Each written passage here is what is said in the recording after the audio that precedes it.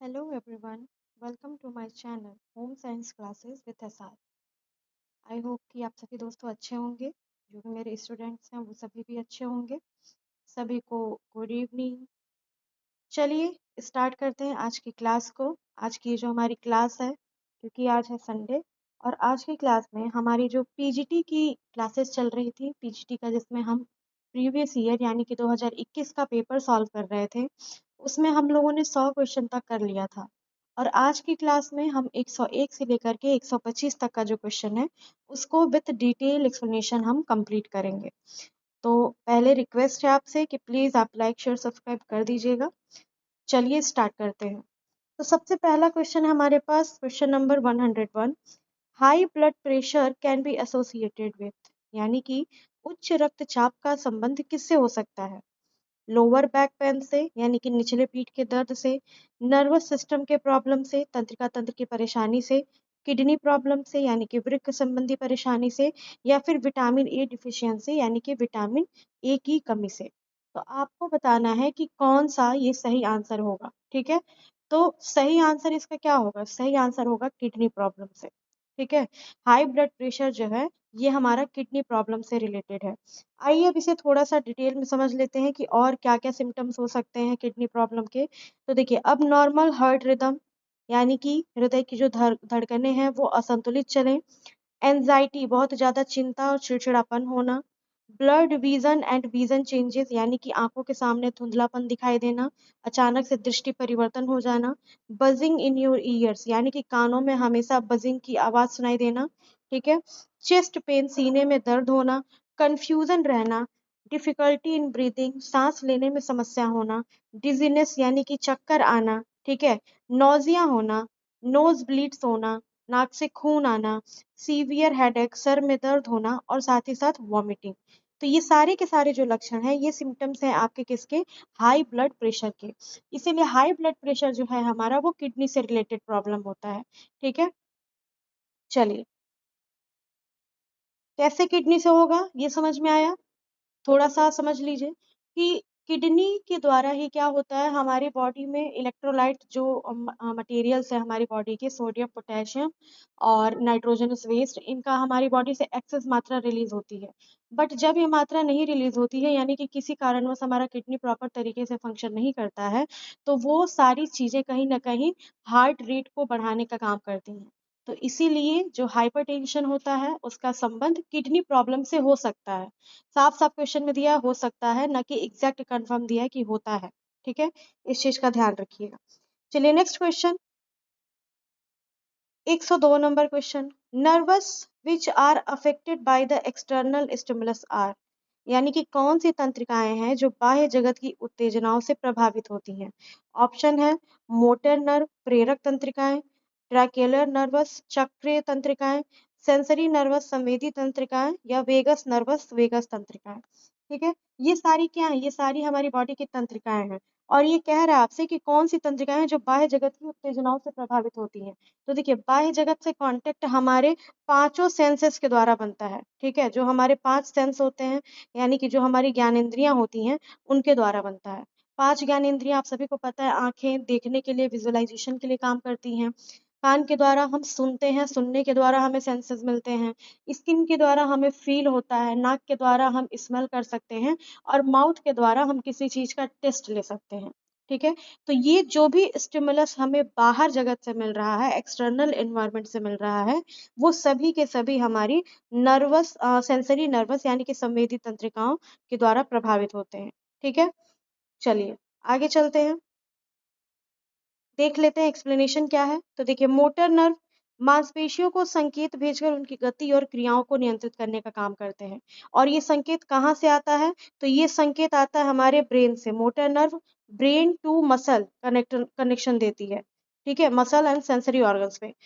फिर हमारा एक है ट्रैकियल नर्व्स। ट्रैकियल नर्व्स क्या करता है? श्वास नली यानी कि ट्रैकिया और उससे जुड़ी हुई संरचनाओं के कार्यों को नियंत्रित करते हैं।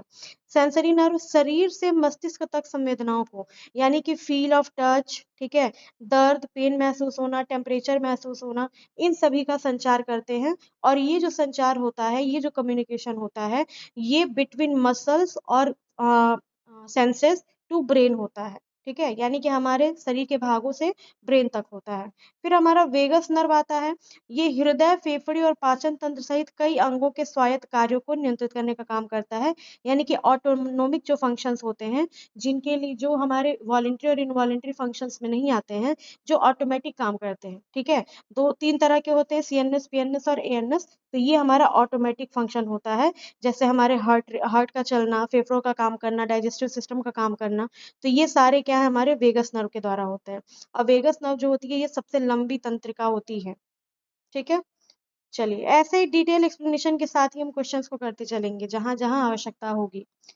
Now question number 103, basic dyes are soluble in what? यानी कि जो बेसिक डाई होता है वो किसमें घुलनशील होता है, ठीक है। बेसिक डाई पूछ रहा है किसमें घुलनशील होगा, तो बेसिक डाई की एक खासियत होती है कि ये जो है ये किसमें घुलनशील होता है, ये पानी में घुलनशील होता है, यानी कि वाटर में, ठीक है। बेसिक डाई को ही क्षारीय रंग भी कहा जाता है।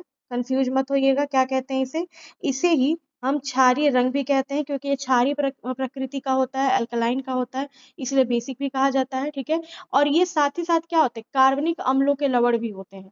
जो भी कार्बनिक अम्ल होते हैं उनके लवण होते हैं। और इनसे जो है सेलुलोज और बेसिकली एनिमल, यानी कि सेलुलोज यानी कि कपास, और प्राणीज या एनिमल जो ऊन और रेशम होते हैं, ये दोनों प्रकार के वस्त्रों को रंगने में इनका प्रयोग किया जाता है, ठीक है। तो इसे नोट कर लीजिएगा, सेलुलोजिक फाइबर को भी कलर करते हैं, ठीक है, और एनिमल फाइबर को भी कलर किया जा सकता है, किससे, बेसिक डाई से। और ये किसमें घुलनशील होते हैं, ये वाटर में घुलनशील होते हैं, इसीलिए कपड़ों पे आराम से रंग भी है जो वो चढ़ जाता है।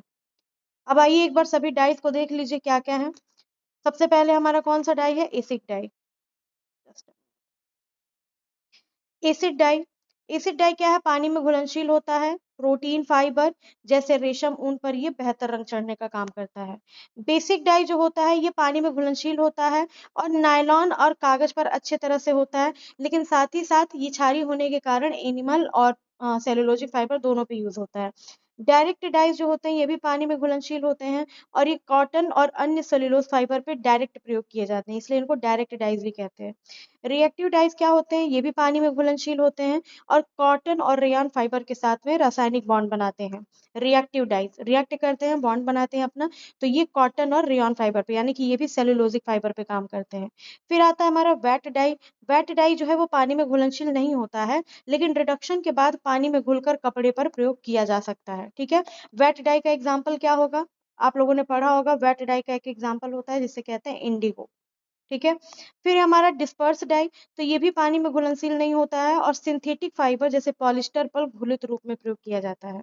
यानी कि अगर आप देखेंगे तो सिंथेटिक डाई के लिए हमारे पास बेसिक डाई भी है, डिस्पर्स डाई भी है, ठीक है। और साथ ही साथ हमारे अगर सेलुलोजिक और प्रोटीन फाइबर की बात की जाए तो एसिड डाई है, बेसिक डाई है, डायरेक्ट डाई है, रिएक्टिव डाइज भी यूज होते हैं, ठीक है, वेट डाइज भी यूज होते हैं। तो ये सारे इंपॉर्टेंट डाइज हैं जो अलग अलग एग्जाम्स में आपसे पूछता है। तो यहाँ पे एक चार्ट है, आप इसको या तो स्क्रीनशॉट ले लीजिए या तो इन पॉइंट्स को अपनी कॉपी में नोट कर लीजिए। चलिए next question, question number 104, approximately at what age children start control over their bladder and bowel? यानी कि लगभग किस उम्र में बच्चे अपने मूत्राशय और मलाशय पर नियंत्रण करना प्रारंभ कर देते हैं, ठीक है। अपने यूरिन पे, अपने मूत्राशय और मलाशय पे बच्चे किस उम्र में नियंत्रण प्रारंभ करते हैं, तो लगभग लगभग 2 साल की जो अवस्था होती है उस समय पे बच्चे इसको स्टार्ट करना प्रारंभ कर देते हैं, ठीक है। इस टाइप के क्वेश्चन एज से रिलेटेड बहुत सारे आते हैं, तो सबको पॉइंट आउट करते चलिएगा। Now question number 105, dash is the amount of blood ejected from retain every time? यानी कि निलय द्वारा, निलय, ठीक है, निलय क्या है हमारा, निलय यानी कि जो नीचे के साइड में होता है, हार्ट का वो भाग जो नीचे की तरफ होता है, दायां निलय बायां निलय। तो निलय द्वारा प्रत्येक मिनट में निष्पादित की गई रक्त की मात्रा को हम क्या कहते हैं, ठीक है। तो एक बार में यानी कि एक चक्र चलने में निलय जो हमारे हार्ट से ब्लड का एक फ्लो करता है उसकी मात्रा को हम कहते हैं कार्डियक आउटपुट, ठीक है। क्या कहते हैं इसे हम, इसे हम कहते हैं कार्डियक आउटपुट। और ये निलय के द्वारा प्रत्येक मिनट में निष्पादित की गई रक्त की कुल मात्रा होती है, ठीक है। इसके साथ ही साथ इसी कार्डियक आउटपुट को हम हार्ट आउटपुट के नाम से भी जानते हैं। किस नाम से, हार्ट आउटपुट के नाम से भी जानते हैं। तो अगर ये आपका अगली बार आ जाए तो कंफ्यूज मत होइएगा।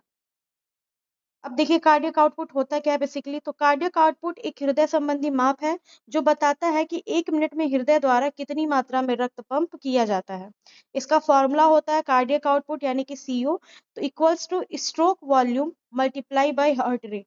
ठीक है, होने वाला रक्त यानी कि एक बार जब हार्ट धड़क रहा है तो कितना ब्लड पंप हो रहा है, और दूसरा है हार्ट रेट HR, यानी कि प्रति मिनट में हृदय की कितनी धड़कनें होती हैं। पर मिनट हार्ट की कितनी धड़कनें होती हैं, लगभग लगभग हमें मालूम है कि 70 से 72 बार या 72 से 80 बार हमारा हार्ट जो है वो धड़कता है।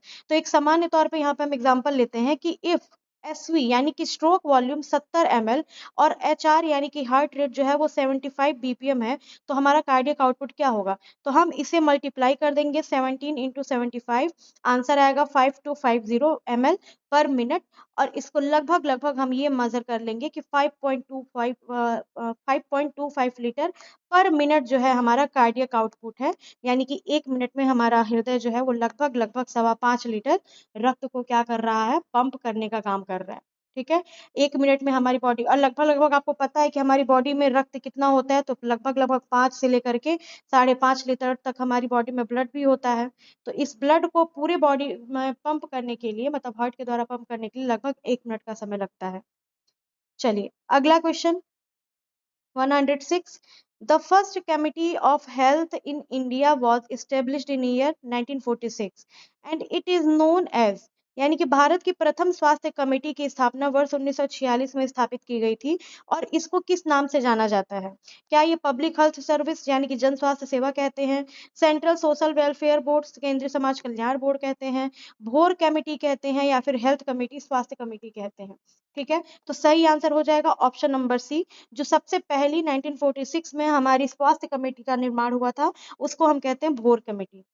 ठीक है, ये है हमारी भोर कमेटी। और इसके अलावा और कौन कौन से हैं कमिटीज, उनको देख लीजिए। तो यहाँ पे सबसे पहले हमारा एक MCI medical council of India, जिसे अब हम नाम से जानते हैं NMC यानी कि नेशनल मेडिकल कमीशन के नाम से। MCI 1933 में बना था और NMC इसका नाम चेंज कर दिया गया है 2020 में। इसका मुख्य उद्देश्य क्या है कि भारत में मेडिकल शिक्षा और पेशेवर मानकों को नियंत्रित करना, स्टैंडर्ड्स को डिसाइड करना, किसके, मेडिकल स्टैंडर्ड्स को। दूसरा है हमारा ICMR Indian council of medical research, इसकी स्थापना 1911 को हुई थी, और ये स्वास्थ्य अनुसंधान और नीति निर्माण में क्या करता है, मार्गदर्शन देता है। ठीक है, फिर अगला हमारा वर्ल्ड हेल्थ ऑर्गेनाइजेशन जो 1948 को बना था, इसकी स्थापना हुई थी और 7 अप्रैल को हुई थी, इसीलिए हर वर्ष 7 अप्रैल को हम वर्ल्ड हेल्थ डे भी सेलिब्रेट करते हैं। इसका क्या काम है, ये वैश्विक स्वास्थ्य नीतियों और महामारी नियंत्रण में क्या करता है, सहयोग करता है। इसके बाद FSSAI भी है, जो कि हमारा हेल्थ से ही रिलेटेड है, food safety and standards authority of India. इसकी स्थापना 2006 में हुई थी, और ये क्या करता है, खाद्य सुरक्षा और गुणवत्ता को सुनिश्चित करने का काम करता है। फिर है हमारा CDSCO यानी कि सेंट्रल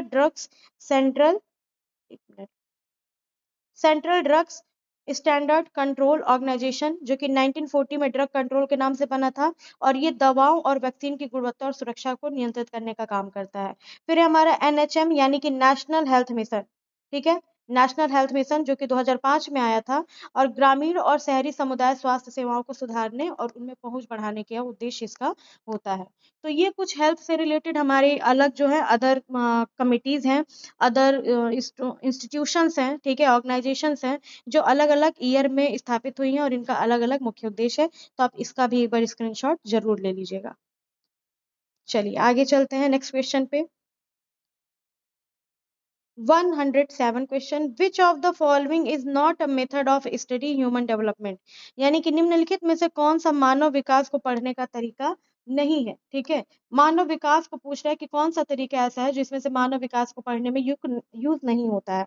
तो देखिए यहाँ पे ऑप्शंस हैं, एक्सपेरिमेंटल मेथड प्रयोगात्मक विधि, तो बिल्कुल ह्यूमन डेवलपमेंट की बहुत सारी थियरीज जो हैं, बहुत सारे स्टडीज जो हैं वो एक्सपेरिमेंटली बेस होती हैं। केस स्टडी मेथड, तो केस स्टडी मेथड तो वैसे ही बाल अध्ययन विधि के अंतर्गत आता ही है, व्यक्ति इतिहास की बात करता है। क्लिनिकल मेथड उपचारात्मक विधि, ये भी यूज होता है हमारा। बस कौन सा नहीं यूज होता है, तो वो होता है हमारा बुक मेथड। ठीक है, यानी कि पुस्तक विधि, पुस्तक विधि जैसी कोई विधि नहीं है जिसका यूज हम चाइल्ड डेवलपमेंट या ह्यूमन डेवलपमेंट में करते हैं।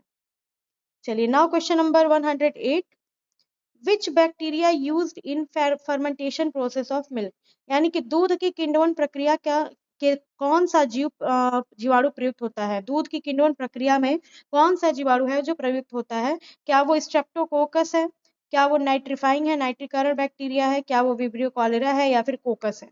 ठीक है, क्वेश्चन नंबर 108 का आंसर आपसे पूछ रहा है। तो देखिए, दूध को फर्मेंट करने में, दूध को खराब करने में सबसे अगर ज्यादा इंपॉर्टेंट अगर कोई बैक्टीरिया रोल प्ले करता है तो वो होता है हमारा स्ट्रेप्टोकोकस। ठीक है, चलिए अब कुछ प्रमुख बैक्टीरियाज को देखिए।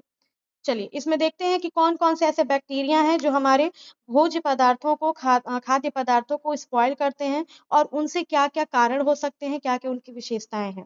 देखिए सबसे पहले हमारा बैक्टीरिया है ई कोलाई बैक्टीरिया। ठीक है, इशरिया कोलाई बैक्टीरिया इसको कहते हैं।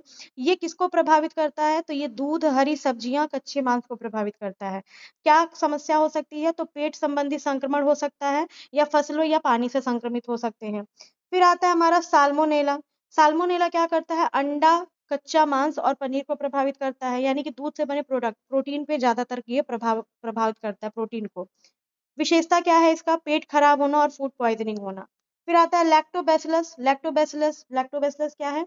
दूध में ही पाया जाता है, तो ये दही, दूध और सब्जियों को प्रभावित करता है, जिसके कारण दूध में या भोज्य पदार्थों में खट्टापन होता है, और किण्वन फर्मेंटेशन से स्वाद में क्या होता है? परिवर्तन आ जाता है। फिर है स्टेप्लोकोकस ऑरियस। तो ये क्या कर रहा है? मांस, डेयरी उत्पाद और बेकरी उत्पादों को प्रभावित करता है, जिससे टॉक्सिन निर्माण और खाने में खराब स्वाद और गंध उत्पन्न होती है। फिर हमारा क्लॉस्ट्रीडियम बोट्यूलिनम। ये क्या करता है? कैंड फूड, यानी कि जो पैक्ड फूड आइटम्स होते हैं, कैन में रहते हैं, उनको प्रभावित करता है, और इसकी वजह से बॉट्यूलिज्म या खतरनाक टॉक्सिन जो होते हैं हमारे शरीर में बनने लगते हैं। फिर आता है हमारा स्यूडोमोनास। तो ये स्यूडोमोनास क्या करता है? तो ये मांस, मछली, डेयरी उत्पादों को प्रभावित करता है, और ये स्लाइम और दुर्गंध, यानी कि भोजन को स्लाइम की तरह बनाता है, चिपचिपा बनाता है, दुर्गंध होता है, और सड़ता भी बहुत तेजी से है। तो ये कुछ ऐसे बैक्टीरियाज हैं जो हमारे भोज्य पदार्थों को प्रभावित करते हैं, उनकी विशेषता है, उनके कारण है। और इस तरह के क्वेश्चन आपके मल्टीपल चॉइस वाले क्वेश्चंस में आते हैं, और साथ ही साथ मैच द लिस्ट और मैच द कॉलम में भी आते हैं कि कौन कौन से बैक्टीरिया हैं और कौन कौन से उनको प्रभावित करने वाले भोज्य पदार्थ हैं। चलिए आते हैं फिर नेक्स्ट क्वेश्चन पे। Question number 109। Moiring is produced by. कपड़े की मोयरिंग, मोयरिंग का मतलब क्या होता है? कपड़े पे उभार लाना। ठीक है, तो कपड़े की जो मोयरिंग होती है, ये परिसज्जा बनाई जाती है। कैसे बनाई जाती है? कलर अप्लाई करके, मॉइस्चर, हीट एंड प्रेशर के द्वारा, हॉट रोलर्स के द्वारा, या केमिकल्स के द्वारा। तो देखिए कपड़े में मोयरिंग क्या होता है? एक लहरदार इफेक्ट होता है। ठीक है, और इन लहरदार इफेक्ट को लाने के लिए कपड़े की जो पूरी सतह होती है, इस पर हम पानी के समान क्या होते हैं? लहरदार इफेक्ट, यानी कि पानी की लकीरों के समान नमूने बने होते हैं। ठीक है, और साथ ही साथ इसमें बहुत ही बारीक और महीन रेखाएं बनाई जाती हैं। तो जब प्रकाश की किरणें इन रेखाओं पर पड़ती हैं ना, इन लहरों लहरों पे पड़ती हैं, तो वे परावर्तित होकर के क्या करती हैं? हमारे सामने एक चमक, एक शाइन को दिखाने का काम करती हैं, एक लहरदार पैटर्न बनाने का काम करती हैं। तो ये किसकी वजह से होता है? तो इसका सही आंसर क्या हो जाएगा? हॉट रोलर्स, यानी कि गर्म रोलर्स के द्वारा होता है। ठीक है, गर्म रोलर्स के द्वारा ही मोयरिंग इफेक्ट को बनाया जाता है। चलिए अब देखिए मोयरिंग इफेक्ट दिखता कैसा है। तो मोयरिंग इफेक्ट दिखता है हमारा ऐसा, लहरदार पैटर्न दिखाई देते हैं, ऐसे पैटर्न्स होते हैं, इस तरह के जो पैटर्न्स होते हैं। ठीक है, जो कढ़ाई के जैसे थोड़े थोड़े उभरे उभरे दिख रहे होते हैं, ये सारे के सारे हमारे क्या हैं? लहरिया पैटर्न्स हैं। और ये लहरिया पैटर्न कौन बनाता है? तो ये मोयरिंग फिनिशेस के अंतर्गत होता है, और ये हॉट रोलर्स के द्वारा बनाया जाता है। Now question number 110। The long threads और वार्प थ्रेड्स। ठीक है, लॉन्ग थ्रेड्स जो होते हैं इन्हीं को वार्प थ्रेड्स भी कहते हैं, वर्टिकल थ्रेड्स भी कहते हैं। Which are parallel to the selvage is known as. यानी कि लंबाई के धागे या ताना जो कि किनारी के समांतर होता है, वो क्या कहलाता है? क्या वो ऑन ग्रेन कहलाता है, ऑफ ग्रेन कहलाता है, बोथ कहलाता है, या नन ऑफ द अबव कहलाता है? तो देखिए जो लंबवत धागे होते हैं, ठीक है, लंबवत धागों को हम ऑन ग्रेन कहते हैं। तो यहाँ पे तो हमारा आंसर जो है ये सही हो जाएगा, on grain. But of grain क्या होता है? तो जो हमारे क्षैतिज यानी कि हॉरिजेंटल धागे होते हैं, इनको हम कहते हैं ऑफ ग्रेन धागे। ठीक है, बट यहाँ पे हमारा सही आंसर क्या हो जाएगा? 110 का ऑप्शन नंबर ए। लंबाई के धागों को जो तानों के किनारे पे मतलब सेल्वेज बनाने का काम करते हैं, उनको हम ऑन ग्रेन यार्न्स कहते हैं। देख लीजिए यहाँ पे लेंथ वाइज ग्रेन जो होती है, ठीक है, एक क्रॉस वाइज ग्रेन होती है। तो जो लेंथ वाइज होती है इसी को हम ऑन कहते हैं, क्रॉस वाइज को हम क्या कहते हैं, ऑफ कहते हैं। और ये क्या है, ये वस्त्र का किनारा होता है। तो लंबवत में जो चलेगा ये ऑन ग्रेन, जो क्षैतिज में चलेगा ये ऑफ ग्रेन। और जो हमारा एक एंगल बनाता है 45 डिग्री का, इस 45 डिग्री के एंगल को हम कहते हैं बायस। ठीक है, जो तिकोनी पट्टियां कटती हैं, पाइपिंग वगैरह लगाने के लिए यूज किया जाता है, तो ये होता है बायस। नाउ क्वेश्चन नंबर 111, और ये ऐसा क्वेश्चन है जो आपके बहुत सारे एग्जाम्स में पूछता है, तो इसलिए इसको श्योरिटी के साथ एकदम याद रखिएगा, कहीं नोट कर लीजिए या तो दिमाग में एकदम बैठा ही लीजिए, क्योंकि यूजीसी नेट वगैरह एग्जाम में भी पूछता है। For 1 degree rise in temperature during fever, the basal metabolic rate increases by, यानी कि जब बुखार के समय प्रत्येक 1 डिग्री फ़ारेनहाइट तापमान में वृद्धि होती है, तो शरीर का जो आधारी चयापचय दर होता है वो कितना प्रतिशत बढ़ता है, तो वो बढ़ता है आपका 7%। ठीक है, यानी कि 1 डिग्री टेम्परेचर अप होगा तो हमारा मेटाबॉलिक रेट भी कितना बढ़ जाएगा, 7% बढ़ जाएगा। जैसे जैसे टेम्परेचर बढ़ता जाएगा मेटाबॉलिक रेट भी हमारा क्या हो जाएगा, बढ़ता जाएगा। Now question number 112, vital capacity of lungs is measured by, फेफड़ों की जो जीवन वायु धारिता होती है इसको किससे मापा जाता है, तो फेफड़ों की जो जीवन वायु धारिता यानी कि जो कैपेसिटी के लिए होता है वाइटल कैपेसिटी, ये हमारा मेजर किया जाता है किसके द्वारा, तो इसका सही आंसर हो जाएगा डी, यानी कि स्पायरोमीटर के द्वारा। देखिए, थर्मामीटर के द्वारा हम टेम्परेचर मेजर करते हैं, ठीक है, स्पिगोमैनोमीटर बीपी नापने में काम आता है, और बैरोमीटर हमारा क्या करता है, ये अलग मेजरमेंट करता है। तो इसीलिए हवा की जो गति होती है हमारे फेफड़ों के अंतर्गत, वो हम स्पायरोमीटर के द्वारा मेजर करते हैं। देखिए, अब वाइटल कैपेसिटी ऑफ लंग क्या होता है, वीसी क्या होता है हमारे लंग का, वह अधिकतम मात्रा में हवा है जिससे व्यक्ति गहरी सांस लेकर फेफड़ों में भरने के बाद पूरी तरह निकाल सकता है। ठीक है, यानी कि आराम से समझिए कि जब हम सांस लेते हैं तो एक बार में हम जितनी सांस लेते हैं और उसके बाद हम उसको जब पूरी तरह से फेफड़ों से बाहर निकाल देते हैं, तो इसी को हम कहते हैं वाइटल कैपेसिटी ऑफ लंग। ठीक है, इसका एक फॉर्मूला होता है वीसी बराबर TV plus IRV plus ERV. ये क्वेश्चन मैंने आपको रेस्पिरेशन वाले पॉइंट में भी कराया हुआ है, रेस्पिरेशन का जो सिंगल वीडियो बना है उसमें मैंने कराया हुआ है, वहां भी देख लीजिएगा। तो इसका फॉर्मूला जो होता है वो वीसी यानी कि वाइटल कैपेसिटी बराबर टाइडल वॉल्यूम, आईआरवी यानी कि इंस्पिरेटरी रिजर्व वॉल्यूम, और ईआरवी यानी कि एक्सपायरेटरी रिजर्व वॉल्यूम। ठीक है, तो टीवी क्या है, टाइडल वॉल्यूम, जो सामान्य श्वास में लिया गया वायु का मात्रा होता है, यानी कि एक बार में जो आप नॉर्मल ब्रीदिंग कर रहे हैं उसमें जितनी भी एयर आई है वो वॉल्यूम हमारी टाइडल वॉल्यूम कहलाती है। आईआरवी इंस्पिरेटरी रिजर्व वॉल्यूम, यानी कि सामान्य श्वास से जो अधिक अंदर ली जाने वाली हवा होती है, इंस्पिरेटरी इंस्पायर करना, वो हमारी आईआरवी वैल्यू कहलाती है। इसके बाद से सामान्य श्वास के बाद अतिरिक्त बाहर निकाले जाने वाली हवा, यानी कि जब हम सांस से बाहर निकाल रहे हैं लेकिन हम और भी जो एक्स्ट्रा एयर निकाल रहे हैं वो हमारा क्या कहलाता है, ईआरवी कहलाता है। ठीक है, और इसका जो नॉर्मल वैल्यू होता है यानी कि सामान्य मान पुरुषों में 4.8 लीटर के लगभग होता है और फीमेल्स में लगभग लगभग 3.1 के लीटर होता है। ठीक है, 1 लीटर, 1 के लीटर नहीं, 1 लीटर के अप्रोक्सली होता है ये। चलिए, Now question number 113, which method is not concerned with disposal of water, यानी कि कौन सी विधि गंदे पानी के निस्तारण से संबंधित नहीं है। अब देखिए, ये क्वेश्चन क्या कह रहा है आपसे कि पानी के निस्तारण की जो विधियां होती हैं उनमें से कौन सी है जो गंदे पानी से संबंधित नहीं होती है। ठीक है, तो यहाँ पे सही आंसर क्या हो जाएगा, देखिए, डिल्यूशन तनुकरण करना ये होता है हमारा, डंपिंग गड्ढे में भरना, क्या गंदे पानी के निस्तारण के लिए डंपिंग करते हैं, गड्ढे में भरना, तो नहीं, ये गलत हो जाएगा। और यहाँ पे आपसे यही पूछ रहा है कि निस्तारण से संबंधित नहीं है, तो ऑप्शन बी यहाँ पे सही हो जाएगा। केमिकल ट्रीटमेंट, रासायनिक उपचार हम करते हैं, बायोलॉजिकल ट्रीटमेंट भी देते हैं वाटर को, तो यहाँ पे हमारा ऑप्शन नंबर बी जो है वो सही आंसर हो जाएगा।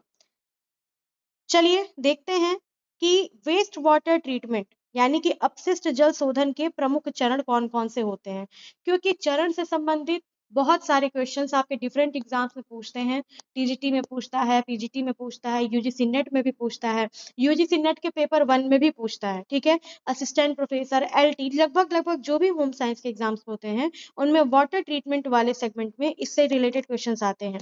तो देखिए कौन कौन से स्टेप में होता है, तो सबसे पहले हमारा आता है स्टेप प्रिलिमिनरी ट्रीटमेंट यानी कि प्राथमिक शोधन। यहाँ पे क्या होता है कि जो बड़े कण होते हैं, रेत और कचरे को छन्नी यानी कि स्क्रीनिंग प्रोसेस के द्वारा गहरे तलछट यानी कि ग्रीट रिमूवल से क्या किया जाता है, हटाने का काम किया जाता है। सेकेंड स्टेप में प्राइमरी ट्रीटमेंट होता है, प्राइमरी से भी पहले जो होता है वो प्रिलिमिनरी ट्रीटमेंट होता है, जिसमें हमारा स्क्रीनिंग होता है, ठीक है।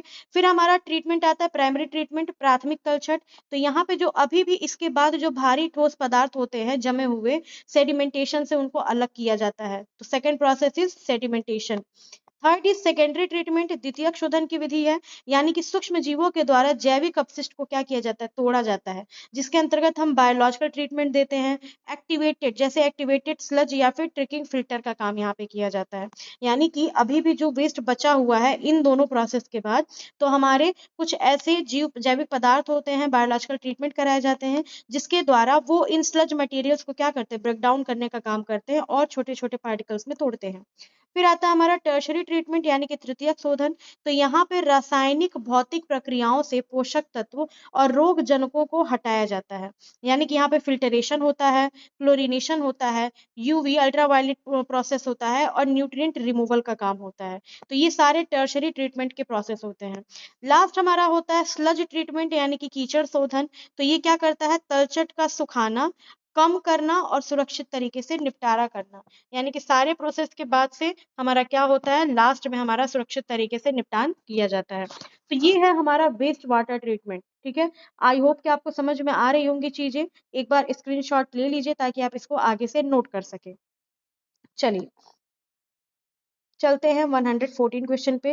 The requirement of which of the following mineral is high during typhoid fever, यानी कि टाइफाइड में निम्न में से किस खनिज लवण की आवश्यकता जो है वो सर्वाधिक होती है। तो टाइफाइड की बात कर रहा है। टाइफाइड क्या है, एक तरह का बुखार होता है जो लगातार रहता है, कई दिनों तक रहता है। तो इस बुखार में किस न्यूट्रिएंट की सबसे ज्यादा आवश्यकता होती है, तो टाइफाइड में सबसे ज्यादा आवश्यक होता है आयरन, ठीक है। लौह तत्व की, लौह खनिज लवण की यहाँ पे ज्यादा आवश्यकता होती है, क्योंकि लौह तत्व जो होता है वैसे ही हमारे शरीर में बहुत कम मात्रा में रहता है, परंतु अगर ये कम मात्रा में भी रहता है ना, लेकिन फिर भी ये बहुत बॉडी के लिए इंपॉर्टेंट होता है। तो यहाँ पे हमारा आयरन इंपॉर्टेंट रोल प्ले करता है, किसमें, टाइफाइड रोग में। चलिए अगला question 115, method of biological treatment of sewage purification. अब देखिए उसी से रिलेटेड क्वेश्चन आया है जो अभी हमने किया है। बायोलॉजिकल ट्रीटमेंट पूछ रहा है, इसमें क्या किया जाएगा, तो क्या सेप्टिक टैंक का यूज होगा, क्या इसमें एक्टिवेटेड स्लज प्रोसेस किया जाएगा, सीवेज फार्मिंग की जाएगी, या फिर ऑल ऑफ द अबव होगा। अब आपको बताना है कि इसमें कौन सा आंसर जो है वो हमारा सही होगा।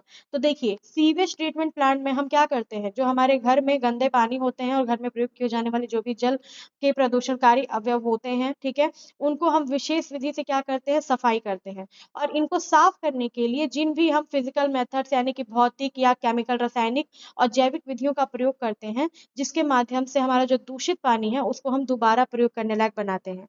तो इसके लिए हमारा सेप्टिक टैंक भी यूज होता है, एक्टिवेटेड स्लज प्रोसेस भी यूज होता है, सीवेज फार्मिंग भी होता है। इसलिए सही आंसर हमारा क्या हो जाएगा, ऑल ऑफ द अबव, ठीक है, यानी कि उपरोक्त सभी हमारे इसके एग्जाम्पल हैं। Now question number 116. The digestive juice which converts undigested carbohydrate into disaccharide is, यानी कि वह पाचक रस बिना पचे कार्बोज को डाइसैकेराइड में परिवर्तित करता है, कौन सा होता है। तो अमाइलेज है, ट्रिप्सिन है, काइमोट्रिप्सिन है, या लाइपेज है। तो देखिए यहाँ पे जो ट्रिप्सिन है ये प्रोटीन पे काम करता है, ठीक है, प्रोटीन के डाइजेशन पे काम करता है। Chymotrypsin is also work on protein. Then lipase क्या करता है, लाइपेज फैट पे काम करता है। तो यहाँ पे सिंपल सा बच कौन रहा है हमारा, अमाइलेज, यानी कि ऑप्शन नंबर ए। और ये एमाइलेज जिसे हम मुंह में रहता है तो टाइलिन भी कहते हैं, और पेनक्रियाज में होता है तो एमाइलेज भी कहते हैं। ये सबसे पहले स्टार्च का पाचन करता है, स्टार्च का ब्रेक डाउन करता है, ठीक है। स्टार्च डेक्सट्रीन में, डेक्सट्रीन से उसे माल्टोज में कन्वर्ट करने का काम करता है, और ये प्रोसेस होती है हमारे माउथ में, ठीक है।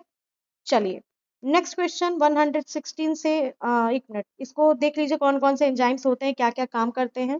यहाँ पे एक मैंने चार्ट ऐड किया हुआ है। डाइजेस्टिव एंजाइम्स को याद करने के लिए एकदम सिंपल ट्रिक, APTLMLS, यानी कि amazing people take large meals like smartly. ये एक ट्रिक है, बट बिना ट्रिक के भी आप याद कर सकते हैं इसको। एंजाइम्स में देखिए, एंजाइम्स है, सबस्ट्रेट है और उनके प्रोडक्ट हैं। जैसे एमाइलेज एंजाइम स्टार्च पे काम करता है तो माल्टोज बनाता है, ठीक है। पेप्सिन एंजाइम जो हमारे पेट से, आमाशय से रिलीज होता है, ये प्रोटीन पे काम करता है, उसको पेप्टिडेज में कन्वर्ट करता है। अब यहाँ पे फिर आते हैं हमारे ट्रिप्सिन और काइमोट्रिप्सिन, जो हमारे पेनक्रियाज और स्मॉल इंटेस्टाइन से रिलीज किए जाते हैं। ये जो बचा हुआ हमारा पेप्टिडेज है, उसको स्मॉलर पेप्टाइड्स में यानी कि अमीनो एसिड में कन्वर्ट करने का काम करते हैं। लाइपेज जो होता है वो फैट पे काम करता है, उसको ग्लिसरॉल और फैटी एसिड में कन्वर्ट करता है। फिर इसके बाद ये जो 3 एंजाइम्स होते हैं, ये हमारे स्मॉल इंटेस्टाइन के द्वारा रिलीज होते हैं। ठीक है, ये तीनों के तीनों हमारे स्मॉल इंटेस्टाइन यानी कि छोटी आंत के द्वारा रिलीज होते हैं। और ये माल्टेज, लैक्टेज और सुक्रेज, ये तीनों के तीनों कार्बोहाइड्रेट का जो हमारा मोनोसैकेराइड होता है उस पे काम करते हैं, डाइसैकेराइड पे काम करते हैं और उसको कन्वर्ट करते हैं मोनोसैकेराइड में। तो माल्टेज एंजाइम माल्टोज पे काम करता है, उसको ग्लूकोज में कन्वर्ट करता है। लैक्टेज एंजाइम लैक्टोज पे काम करता है, उसको ग्लूकोज और ग्लैक्टोज में तोड़ता है, क्योंकि इन्हीं दोनों से मिल करके हमारा लैक्टोज बनता है। और सुक्रेज एंजाइम सुक्रोज का ब्रेकडाउन करता है और उसे ग्लूकोज और फ्रक्टोज में कन्वर्ट करता है। और ये जो तीनों के तीनों हैं, ये क्या है हमारे, ये तीनों होते हैं मोनोसैकेराइड, जो डायरेक्ट हमारे ब्लड में एज अ न्यूट्रिएंट मिल करके हमें एनर्जी देने का काम कर सकते हैं। तो ये हमारे इंपॉर्टेंट डाइजेस्टिव एंजाइम्स हैं। आई होप कि आपको समझ में आया होगा, इसे जरूर लर्न कर लीजिएगा, याद कर लीजिएगा। चलिए next question, question number 117, which among the following is a multi cellular living organism. ठीक है, सेल से रिलेटेड क्वेश्चन है ये आपका। तो मल्टी सेलुलर लिविंग ऑर्गेनिज्म कौन सा है यहाँ पे, क्या वो वायरस होगा, ठीक है, क्या वो अमीबा होगा, क्या वो बैक्टीरिया है, या फिर वो प्रोटोजोआ है। तो अब यहाँ पे देखिए, ये जो चारों के चारों, इसका क्वेश्चन आयोग ने भी नहीं दिया था इस क्वेश्चन का आंसर। ठीक है, यहाँ पे चारों के चारों जो हैं, ये आपके क्या है, ये सारे के सारे आपके यूनिसेलुलर है। ठीक है, ये सारे के सारे क्या हैं, यूनिसेलुलर हैं, यानी कि एक कोश की हैं। तो यहाँ पर कोई भी हमारा क्या है, मल्टी सेलुलर का ऑप्शन नहीं है, इसलिए इस क्वेश्चन को ड्रॉप कर दिया था आयोग ने। अगर यहाँ पे ह्यूमन होता या प्लांट होता तो वो हमारा मल्टी सेलुलर हो जाता, but amoeba, protozoa, virus, bacteria, ये सारे के सारे यूनिसेलुलर ऑर्गेनिज्म है। Now question number 28, sorry 118, when clothes are dyes in fiber stage before spinning then it is called, यानी कि जब वस्त्र की कताई से पूर्व तंतु अवस्था में रंगा जाता है तब उसे क्या कहते हैं। ठीक है, इस क्वेश्चन का आंसर दीजिए, फिर हम इसका एक्सप्लेनेशन देखेंगे। तो इसको हम क्या कहेंगे, टॉप डाइंग कहेंगे, स्टॉक डाइंग कहेंगे, यार्न डाइंग कहेंगे, या फिर पीस डाइंग कहेंगे। देखिए, ये यूपी पीजीटी 2021 में पूछा हुआ प्रश्न है, लेकिन ये अन्य परीक्षाओं में भी पूछता है। ठीक है, तो इसको आप सही सॉल्व करिए। 1 मिनट का समय दे दूं, नहीं 1 मिनट ज्यादा हो जाएगा, मैं आपको बता देती हूँ आंसर क्या होगा। इसका आंसर हो जाएगा हमारा, इसे हम कहते हैं जब वस्त्र की कताई से पूर्व यानी कि स्पिनिंग से पूर्व उसे तंतु अवस्था में ही हम रंग लेते हैं, तो उसे हम कहते हैं स्टॉक डाइंग। ठीक है, आइए देखते हैं इसी क्वेश्चन का एक्सप्लेनेशन कि कौन कौन से डाइंग के टाइप होते हैं, किन किन अवस्थाओं में उनका प्रयोग किया जाता है। तो देखिए, टॉप डाइंग, टॉप डाइंग जो होता है ये ऊन या फाइबर के सफेद और लंबी रेशों को चुन करके रंगाई किया जाता है। ठीक है, ऊन या फाइबर जो भी रेशे होंगे, उनमें सफेद रेशों को और लंबे रेशे जो होते हैं उनको चुन करके किया जाता है। फिर आता है हमारा स्टॉक डाइंग, जो कि अभी क्वेश्चन में था। फाइबर बनने से पहले कच्चे फाइबर को जो रंगने की प्रक्रिया होती है वो हमारा स्टॉक डाइंग कहलाता है। फिर आता है हमारा यार्न डाइंग, तो धागे बनने के बाद जब हम उसे रंगते हैं, यार्न यानी कि धागा, तो जब धागा बनने के बाद हम उसे रंगते हैं तो वो क्या कहलाता है, हमारा यार्न डाइंग कहलाता है। इसके बाद हमारा है पीस डाइंग। पीस डाइंग क्या है, तैयार कपड़े के बड़े टुकड़ों में रंगाई करना। जो हमारे पास कपड़े तैयार हो चुके हैं, उनके जो बड़े बड़े पीसेस होते हैं, जब उनमें हम कलरिंग करते हैं तो वो हमारा पीस डाइंग कहलाता है। फिर आता है हमारा पैड डाइंग। पैड डाइंग क्या होता है, कपड़े के रंग को घोल में डुबोकर और रोल करके रंगाई करना। यानी कि कपड़े जो भी हैं उनको हम क्या करेंगे, रंग के घोल में डुबोएंगे और डुबोने के बाद से उनको रोलर के द्वारा रंगाई किया जाता है, तो इसको हम पैड डाइंग कहते हैं। फिर है हमारा क्रॉस डाइंग। क्रॉस डाइंग कैसा प्रोसेस है, इसमें मिश्रित फाइबर वाले कपड़ों में अलग अलग फाइबर को अलग अलग रंग में रंगा जाता है। इसके बाद है हमारा डोप डाइंग। ठीक है, डोप डाइंग क्या होता है, तो फाइबर बनाने के समय पिगमेंट या रंग पहले ही मिक्स करके जो रंगाई की जाती है उसे हम कहते हैं डोप डाइंग। तो देखिए, ये सारे के सारे जो मेथड्स हैं, ये सारे मेथड्स आपके टाइप्स ऑफ डाइंग में आते हैं। बट ये वो डाइंग नहीं है, कलरिंग वाला डाइंग नहीं है, ये वो डाइंग है जो फाइबर्स के अलग अलग स्टेजेस में की जाती है, यानी कि उनके धागा बनने से पहले, धागा बनने के बाद, वस्त्र बनने से पहले, वस्त्र बनने के बाद। तो ये सारे भी आपके लिए बहुत ही ज़्यादा इंपॉर्टेंट कॉन्सेप्ट है। तो आई होप कि आपको समझ में आया होगा। अगर ये समझ में आ रहा हो तो प्लीज़ लाइक शेयर करते जाइएगा। ठीक है, चलिए अब चलते हैं नेक्स्ट क्वेश्चन पे। क्वेश्चन नंबर 119, अब हम अपने इस पूरे सीरीज को कंप्लीट करने के बहुत ही नज़दीक हैं। मैंने पार्ट में देखिए सारे क्वेश्चंस बनाए हुए हैं ताकि आपको इजी 2025 के 25 के 30 के पार्ट्स में मैंने क्वेश्चंस को बनाया हुआ है, तो आप उसे आराम से देखिए और आराम से समझिएगा, ठीक है। चलिए 190 क्वेश्चन है हमारा, control and regulation of muscle necessary for body balance of done by, यानी कि शरीर को संतुलित अवस्था में रखने वाली सभी प्रकार की पेशियों पर नियंत्रण एवं नियमन किसके द्वारा होता है, ठीक है। क्या कह रहा है क्वेश्चन में, सभी जो हमारी क्या होती हैं, संतुलित होता है जो हमारा शरीर, और इनको अवस्था में इसी अवस्था में रखने वाली जो पेशियों पे नियंत्रण और नियमन यानी कि कंट्रोल और कोऑर्डिनेशन होता है। तो खासकर यहाँ पे दो टर्म याद रखिएगा, बॉडी का पोस्चर, ठीक है, बॉडी पोस्चर एंड बैलेंस, कई बार इस नाम से भी क्वेश्चंस आते हैं, ठीक है। तो पोस्चर एंड बैलेंस का जो काम होता है वो करता है हमारे बॉडी में हमारे ब्रेन का पार्ट सेरेबेलम करता है, ठीक है। तो बॉडी के बैलेंस का काम, पोस्चर को रेगुलेट करने का काम सेरेबेलम का होता है। आइए बाकी देखते हैं कौन कौन से पार्ट और हैं यहाँ पे। तो थैलेमस क्या है, थैलेमस शरीर के सभी संवेदनाओं को मस्तिष्क के उपयुक्त हिस्सों तक पहुंचाने का काम करता है। थैलेमस एक ग्लैंड भी है। इसके बाद है ऑल्फैक्टरी लोब, ऑल्फैक्टरी लोब ये हमारा क्या है, ये हमारे सेरेब्रम का पार्ट होता है और ये गंध सूंघने की भावना को क्या करता है, नियंत्रित करता है। फिर सेरेबेलम है, संतुलन और मांसपेशियों की गति को नियंत्रित करने का काम करता है, यानी कि जब आप रनिंग करते हो और अचानक से रुक जाते हो तो उस समय आपकी बॉडी का जो बैलेंस और पोस्चर बनाएगा उसको कंप्लीट करने में, उसको कंट्रोल करने में सेरेबेलम का हाथ होता है। अब इसके बाद सेरेब्रम जो होता है तो ये हमारे सोच, स्मृति, निर्णय, चेतना, ज्ञान संबंधी कार्य को करता है, यानी कि जो भी मेंटल प्रोसेस होते हैं, रीजनिंग प्रोसेस होते हैं, तो उसको करने का काम हमारा सेरेब्रम करता है। आई होप आपको समझ में आ रहा होगा।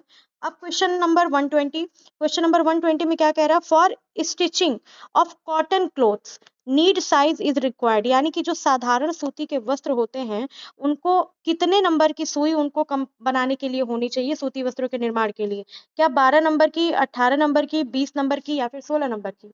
तो आपसे सुई का नंबर पूछ रहा है, तो यहाँ पे जो 16 नंबर की सुइयां होती हैं ये हमारे साधारण सूती वस्त्रों के निर्माण के लिए प्रयोग की जाती हैं, ठीक है। चलिए कुछ और प्रमुख सुई नंबर देख लीजिए क्या क्या है, कौन कौन से हैं। तो देखिए 60 और 8 ये क्या है, नीडल साइज है, तो यहाँ पे आप ये वाले साइज को याद रखिएगा।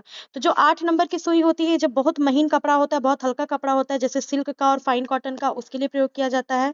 10 नंबर की सुई जो होती है ये भी हल्के कपड़े के लिए, लेकिन ये कॉटन और फाइन लिनन के लिए यूज होती है। 12 नंबर का जो सुई होता है ये भी मध्यम कपड़े के लिए प्रयोग किया जाता है, यानी कि कॉटन पॉलिस्टर मिश्रित फैब्रिक, वे फैब्रिक जो मिक्स होते हैं ज्यादातर उनमें प्रयोग किया जाता है।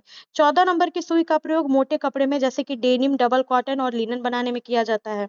16 नंबर की जो सुई होती है ये बहुत मोटा कपड़ा जो होता है, कैनवास, टेरिकॉट या लेदर, जो हमारा जिसको हम सामान्य कॉटन कहते हैं उसको बनाने में प्रयोग किया जाता है। और 18 नंबर की सुई जो होती है ये अत्यंत मोटे कपड़े के लिए जैसे कि जूट, मोटा लेदर और भारी वाले डेनिम्स को बनाने में किया जाता है। तो ये आपके सुई नंबर है, नीडल साइजेस हैं और उनके लिए सुटेबल फैब्रिक्स हैं। आई होप आपको समझ में आया होगा, तो आप स्क्रीनशॉट इसका ले लीजिए और इसे नोट कर लीजिएगा। चलिए next question 121, a filter known as English filter, यानी कि इंग्लिश फिल्टर हम किस फिल्टर को कहते हैं, ये फिल्टर किसके में यूज होते हैं, ये सारे फिल्टर हमारे वाटर के लिए होते हैं, जो हम पानी को प्यूरिफाई करते हैं उसकी बात कर रहे हैं यहाँ पे।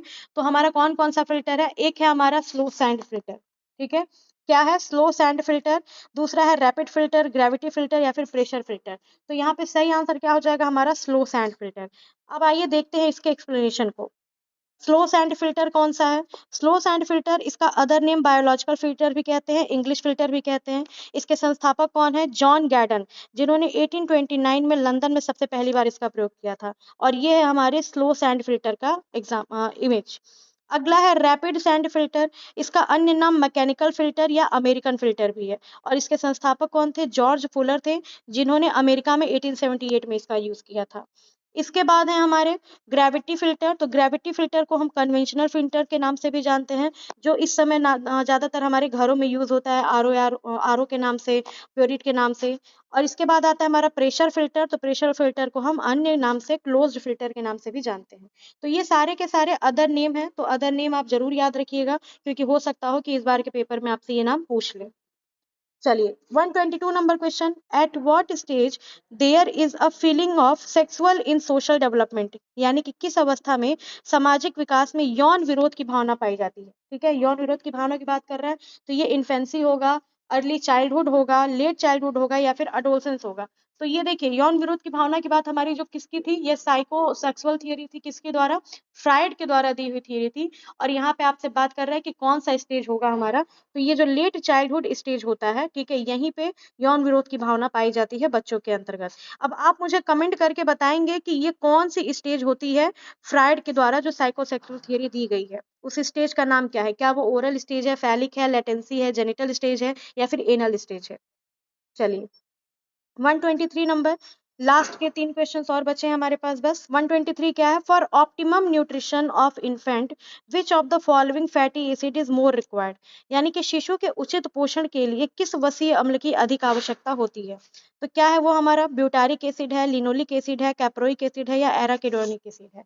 तो बच्चों की बात कर रहा है, इन्फेंट्स की बात कर रहा है, तो इन्फेंट्स के लिए सबसे ज्यादा जो यूजफुल होता है और नॉर्मल सभी लोगों के लिए यूजफुल जो होता है वो होता है हमारा लिनोलिक एसिड। ठीक है, लिनोलिक एसिड क्या है हमारा? लिनोलिक एसिड यानी कि ओमेगा 6। ठीक है, ओमेगा 6 बच्चों के लिए, इन्फेंट चिल्ड्रंस के लिए बहुत ज्यादा यूजफुल होता है।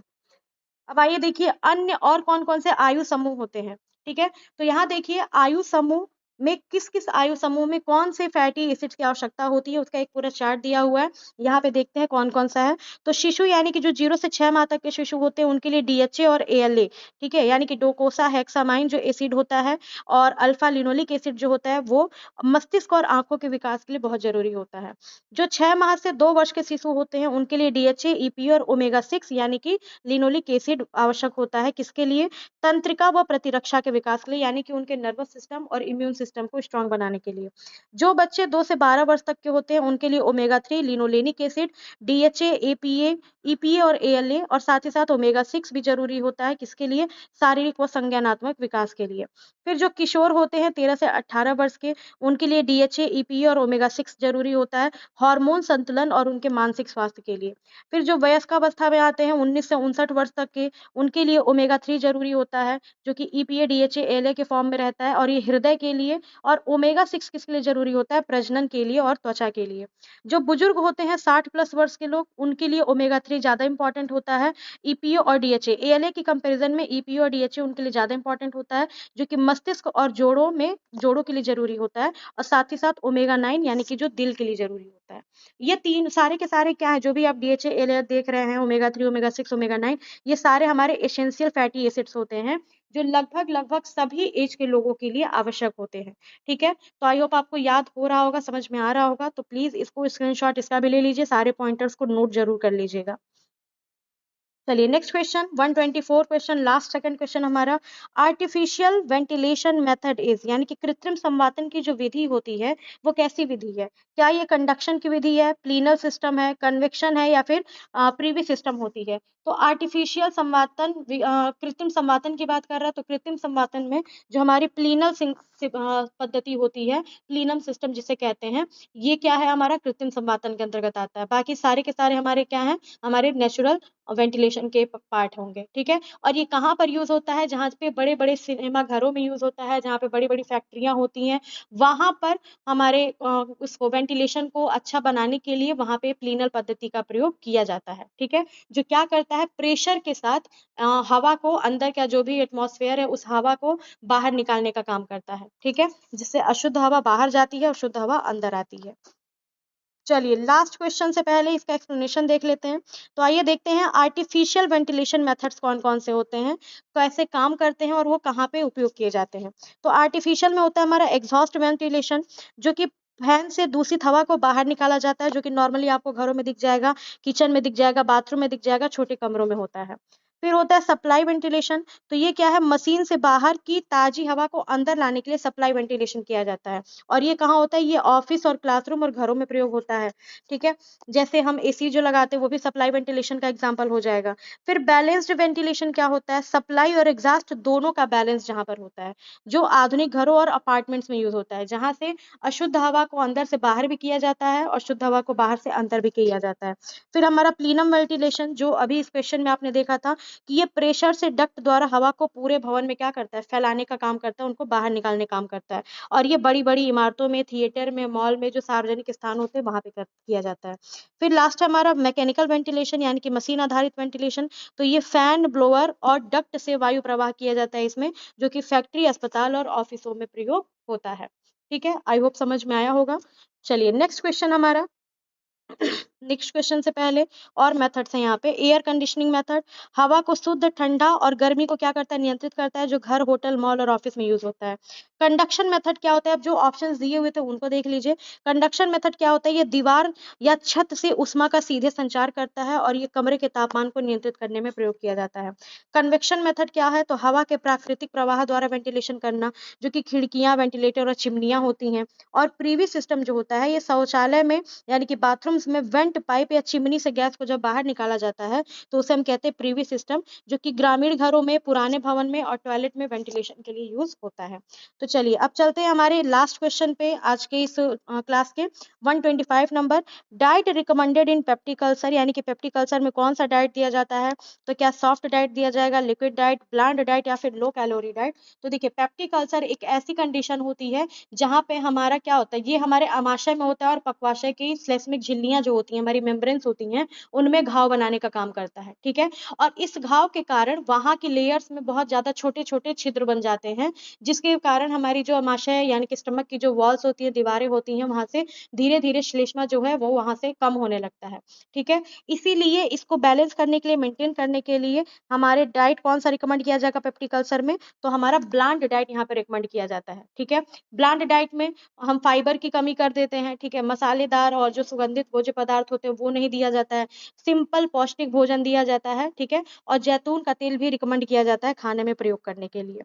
तो आई होप आपको समझ में आ गया होगा। ठीक है, कुछ कुछ यहाँ पे रोग दिए हुए हैं, चलिए इनको थोड़ा सा समझ लेते हैं। लास्ट क्वेश्चन है ये। विभिन्न रोग, डिजीज और उनके लिए दी जाने वाली चिकित्सकीय आहार, थेरेपेटिक डाइट के प्रकार कौन कौन से हैं। तो देखिए एक तरफ रोग है और दूसरी तरफ चिकित्सकीय आहार है, थेरेपेटिक डाइट है। पहला रोग क्या है, मधुमेह, जिसे हम डायबिटीज मेलिटस कहते हैं। इसमें नियंत्रित कार्बोहाइड्रेट दिया जाता है, हाई फाइबर दिया जाता है और कम शुगर डाइट दिया जाता है। उच्च रक्तचाप, हाइपरटेंशन में लो सोडियम डाइट दिया जाता है, यानी कि कम नमक वाला आहार दिया जाता है। हृदय रोग, कार्डियक डिजीज में लो फैट, लो कोलेस्ट्रॉल डाइट दी जाती है। गुर्दा रोग, रीनल डिजीज में लो प्रोटीन, लो सोडियम, लो पोटेशियम डाइट दी जाती है। लीवर डिजीज में हाई कार्बोहाइड्रेट दिया जाता है, moderate protein and low fat diet दिया जाता है। और मोटापा यानी कि ओबेसिटी में लो कैलोरी और हाई फाइबर डाइट दिया जाता है। ठीक है, तो ये प्रमुख कुछ रोग हैं और उनसे संबंधित हमारे चिकित्सकीय आहार हैं। इसके अलावा और भी हैं। कुपोषण है, कुपोषण में high protein, high calorie diet दी जाती है। एनीमिया में आयरन रिच डाइट दिया जाता है, यानी कि लोहे और फॉलिक एसिड से भरपूर आहार। फिर सीलियक डिजीज बहुत ज्यादा इंपॉर्टेंट है, ये बहुत बार पेपर में पूछता है। सीलियक डिजीज, जिसमें ग्लूटेन फ्री डाइट दी जाती है। अल्सर, पेप्टिक अल्सर में ब्लैंड डाइट यानी कि मसाले व उत्तेजक पदार्थ रहित आहार दिया जाता है। कब्ज यानी कि कॉन्स्टिपेशन में हाई फाइबर डाइट दिया जाता है, जो कॉन्स्टिपेशन को दूर करने का काम करता है। दस्त या डायरिया में लो रेजिड्यू सॉफ्ट डाइट दिया जाता है और इसमें हम लो फाइबर देते हैं। फाइबर भी क्या करते हैं, लो मात्रा में रहती है, फाइबर की मात्रा कम रहती है। और जो कैंसर डिजीज होते हैं, इसमें हाई प्रोटीन, हाई कैलोरी और इम्यून बूस्टिंग डाइट दिया जाता है, जो कैंसर से लड़ने की क्षमता हमारे शरीर में बढ़ा सके। तो ये यहाँ पे हमारा पीजीटी का 125 क्वेश्चन हो जाता है कंप्लीट। तो thank you so much video को देखने के लिए। आपने अगर यहाँ तक देखा है तो प्लीज़ इसे लाइक, शेयर और सब्सक्राइब कर दीजिएगा। मिलते हैं अब अगले फिर हम किसी क्लास में। हमारा ये ऐसा चैनल है जहाँ पे आपको टीजीटी पीजीटी के पेपर भी सॉल्व कराए जाते हैं। और अब कल से नेक्स्ट वीक से आप लोगों का यूजीसी नेट को भी टारगेट करके क्वेश्चन सॉल्व कराए जाएंगे। तो क्लास से बने रहिएगा, क्लास से बने रहने के लिए नोटिफिकेशन ऑन कर लीजिएगा। थैंक यू सो मच, तब तक के लिए बाय बाय।